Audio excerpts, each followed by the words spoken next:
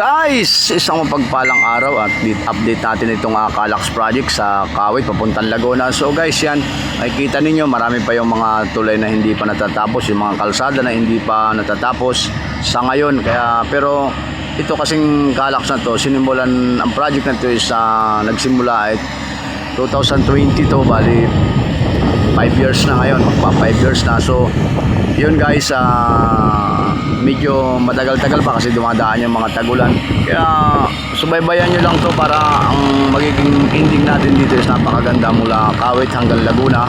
Kasi wala ng traffic, 15 minutes at tama nga yung sinasabi ni Pangulong Marcos na gaganda ito pagkatapos ng ilang taon. At ito nga, tuloy-tuloy pa rin ang paggawa ng Calax para lang matapos at maging maganda ang pag-travel ninyo mula Kawit hanggang Laguna. So guys,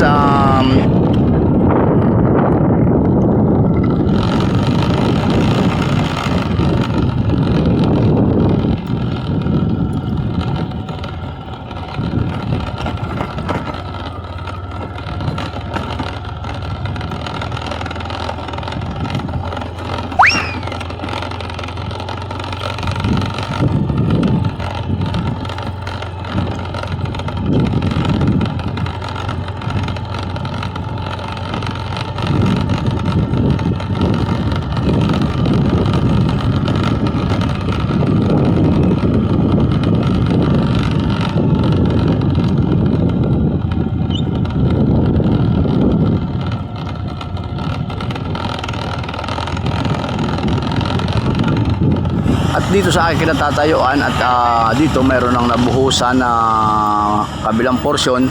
Bali nasa 100 metro na itong nabuhusan dito sa malapit sa barangay Tuklong na to. At tuloy-tuloy pa rin. Kaya so guys, panoorin nyo ng gusto itong aking update ng Calax project para makadaan tayo ng isang maluag papuntang Laguna, Kawit to Laguna.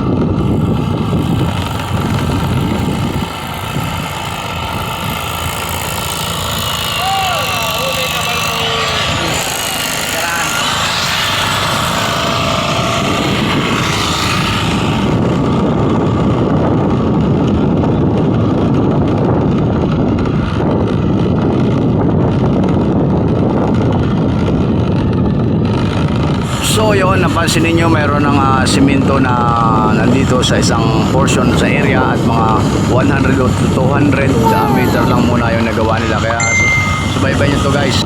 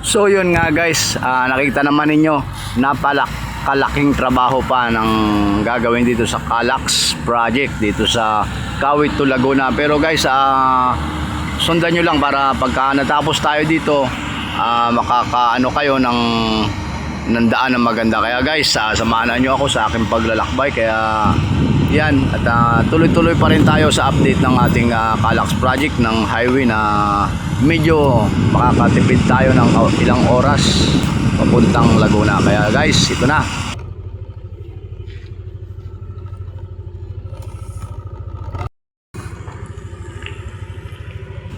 At syempre may mga design pa yan, ay yung MEC wall kung tawagin. So guys, yan puno ng lupa yan na ginagawa namin. Kaya guys, sundan nyo ang aking vlog na to para updated kayo lagi sa araw-araw.